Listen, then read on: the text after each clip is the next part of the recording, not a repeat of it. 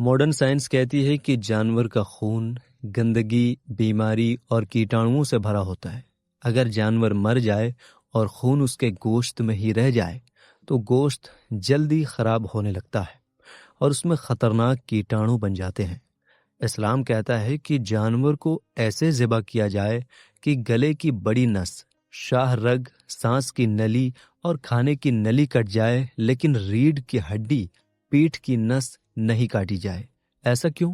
क्योंकि इंसान हर चीज को अपनी आंखों से देखकर फैसला करता है, लेकिन हर बार आंखें सही नहीं होती। इस दुनिया में अल्लाह ने ऐसा सिस्टम बनाया है कि एक जान दूसरी जान के जरिए चलती है।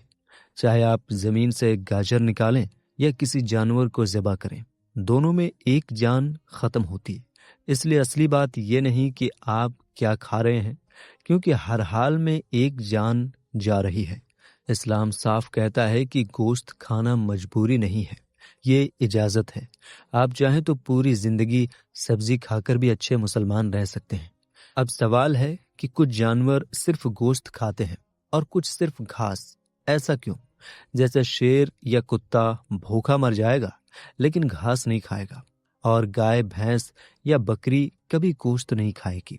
दोस्तों, इंसान का दिमाग और उसके एहसास बहुत सीमित होते हैं। साइंस कहती है कि इंसान सिर्फ एक तय दायरे की आवाज ही सुन सकता है। बहुत धीमी आवाज हो या बहुत तेज, दोनों ही हमें सुनाई नहीं देती। जैसे जमीन के अंदर क्या चल रहा है, उसकी आवाज हमें सुनाई नहीं देती। चमगादड़ जो आवाज निकालते हैं, वो भी हम नहीं सुन सकते। तो फिर इंसान ने ये कैसे मान लिया कि जो चीज हम सुन नहीं सकते, उसे दर्द भी नहीं होता? आजकल बहुत लोग कहते हैं कि जानवर को मारना गलत है और सिर्फ पेड़ पौधे खाने चाहिए, क्योंकि उनमें जान नहीं होती या उन्हें दर्द नहीं होता।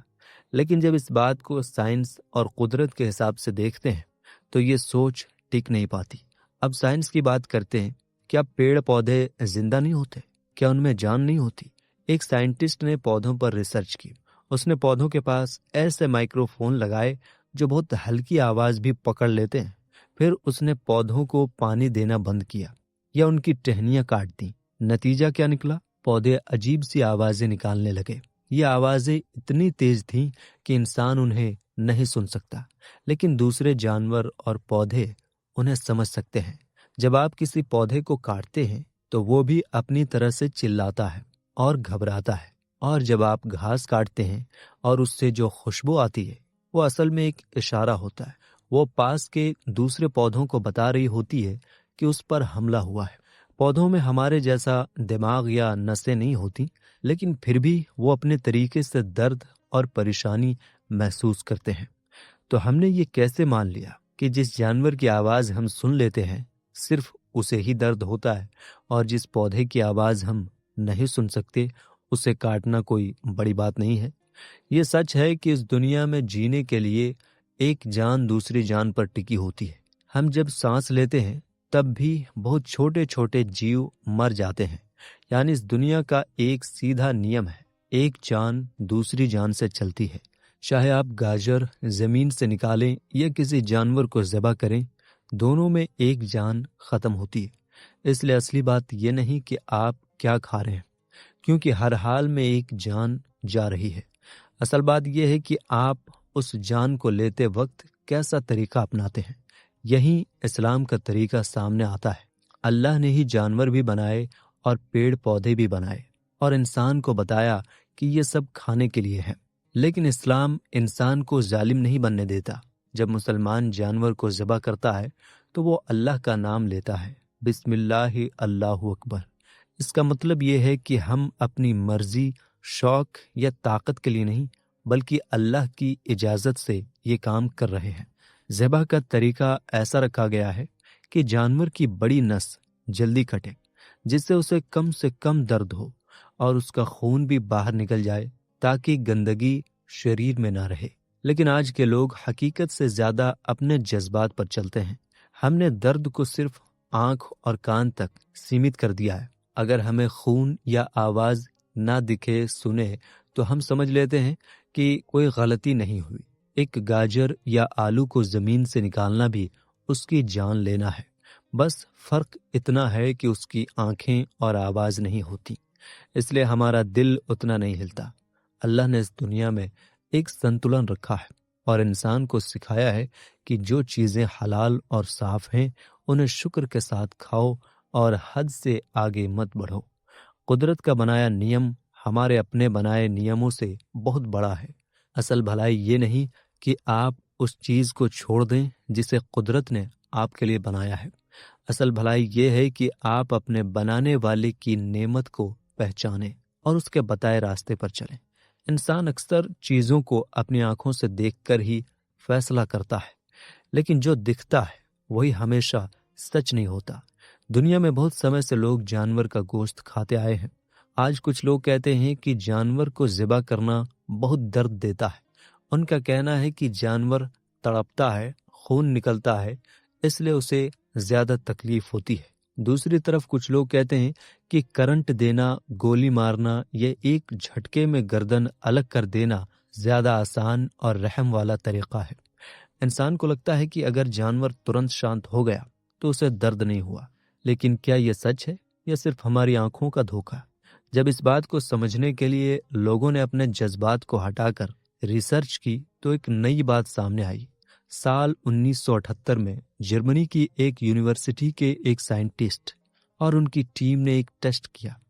उन्होंने जानवर के दिमाग और दिल पर मशीन लगाई ताकि ये पता चल सके कि असली दर्द किस तरीके में ज्यादा होता है, ज़ेबा में या दूसरे तरीकों में। और जो नतीजे आए वो चौंकाने वाले थे। साइंटिस्ट ने देखा कि जब इस्लामी तरीके से गले पर तेजी से छुरी चलाई जाती है तो बड़ी नसें कट जाती हैं। सिर्फ 3 सेकंड के अंदर दिमाग तक खून जाना बंद हो जाता है। इसका मतलब दिमाग तक दर्द पहुंचाने वाला रास्ता बंद हो जाता है। पहले 3 सेकंड में मशीन ने बिल्कुल भी दर्द नहीं दिखाया और 3 सेकंड के बाद जानवर गहरी बेहोशी में चला गया। दिमाग पूरी तरह शांत हो गया। अब सवाल आता है कि फिर जानवर जो हाथ पैर चलाता है वो क्या है? साइंस कहती है कि वो दर्द नहीं है, वो सिर्फ शरीर की हरकत है जो दिमाग का कंट्रोल खत्म होने के बाद अपने आप होती है।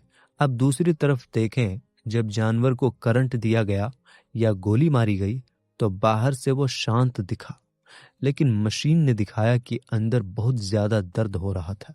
जानवर इसलिए शांत था क्योंकि उसका शरीर हिल नहीं पा रहा था, लेकिन उसका दिमाग दर्द महसूस कर रहा था। इस्लामी तरीके की खास बात सिर्फ दर्द कम करना नहीं है, असल बात है खून का निकलना। अगर खून शरीर में रह जाए तो वही गंदगी और बीमारी का घर बनता है। अगर जानवर मर जाए और खून अंदर ही रह जाए तो गोश्त जल्दी खराब हो जाता है और उसमें खतरनाक कीटाणु बन जाते हैं। इसलिए कुरान में बहते हुए खून को हराम बताया गया है और ये कहा गया है कि खून को बाहर निकाला जाए। अब झटके वाले तरीके को समझें। जब गर्दन एक ही बार में अलग कर दी जाती है तो दिमाग और शरीर का रिश्ता टूट जाता है। इससे दिल तुरंत धड़कना बंद कर देता है और जब दिल बंद हो जाता है तो शरीर का खून बाहर नहीं निकलता, अंदर ही रह जाता है।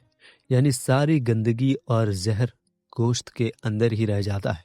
इस्लाम का ज़िबा करने का तरीका बहुत सुरक्षित है। इसमें कहा गया है कि गले की बड़ी नस, शाह रग, सांस की नली और खाने की नली काटी जाए, लेकिन पीठ की नस, रीढ़ को नहीं काटना है। ऐसा क्यों?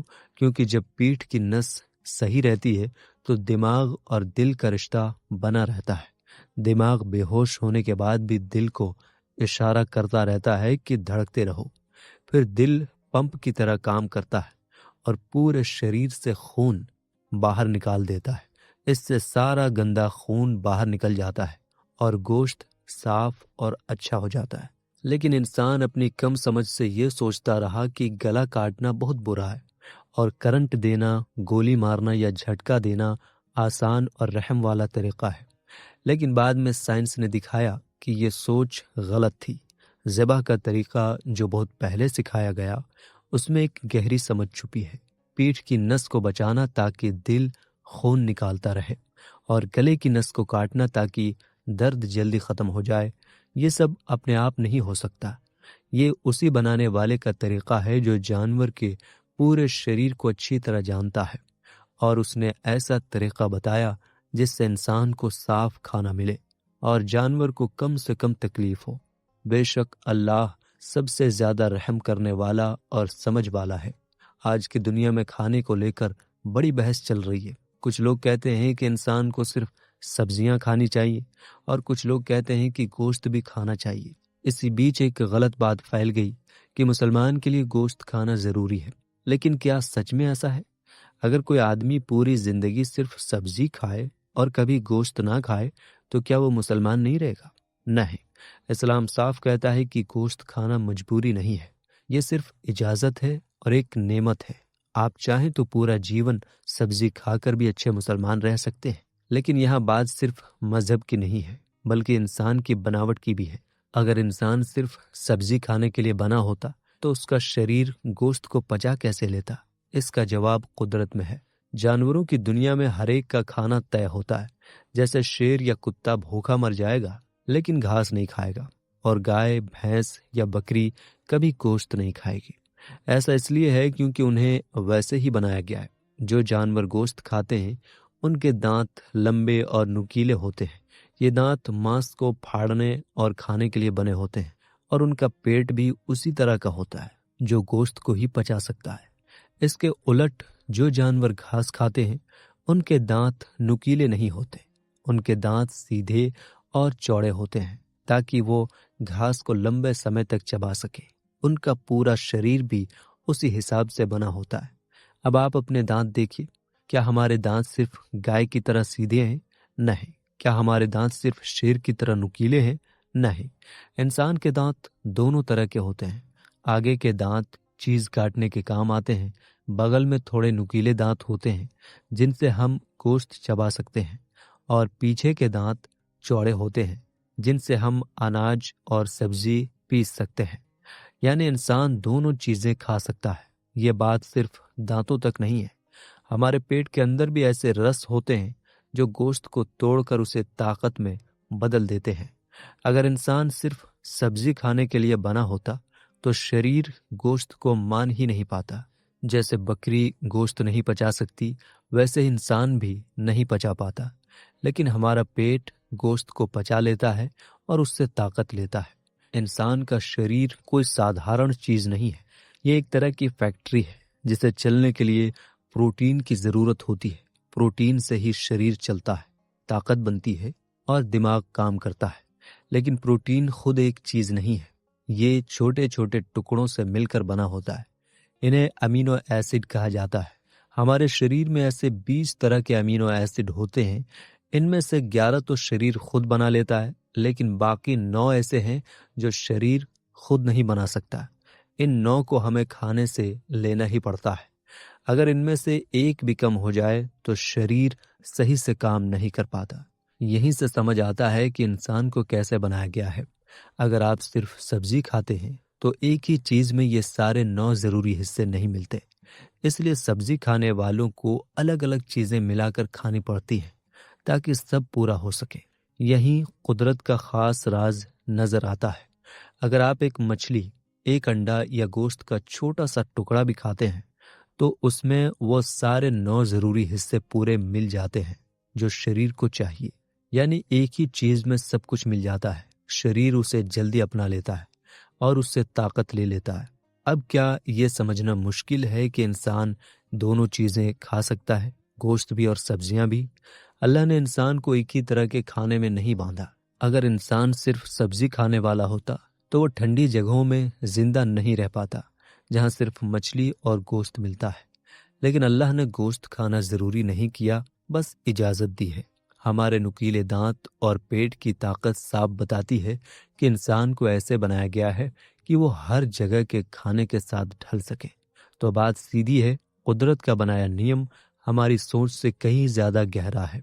चाहे पौधों की आवाज हो जो हम नहीं सुन पाते, या जानवर को ज़िबा करने का सही तरीका, या हमारे शरीर की ज़रूरतें, हर चीज में बनाने वाले की हिकमत साफ नजर आती है।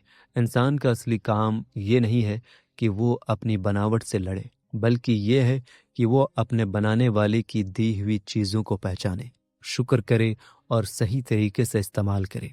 असल भलाई ये नहीं कि आप उस चीज को छोड़ दें जो आपके लिए बनाई गई है, बल्कि ये है कि जिस जान से आपको फ़ायदा मिल रहा है उसका सम्मान करें।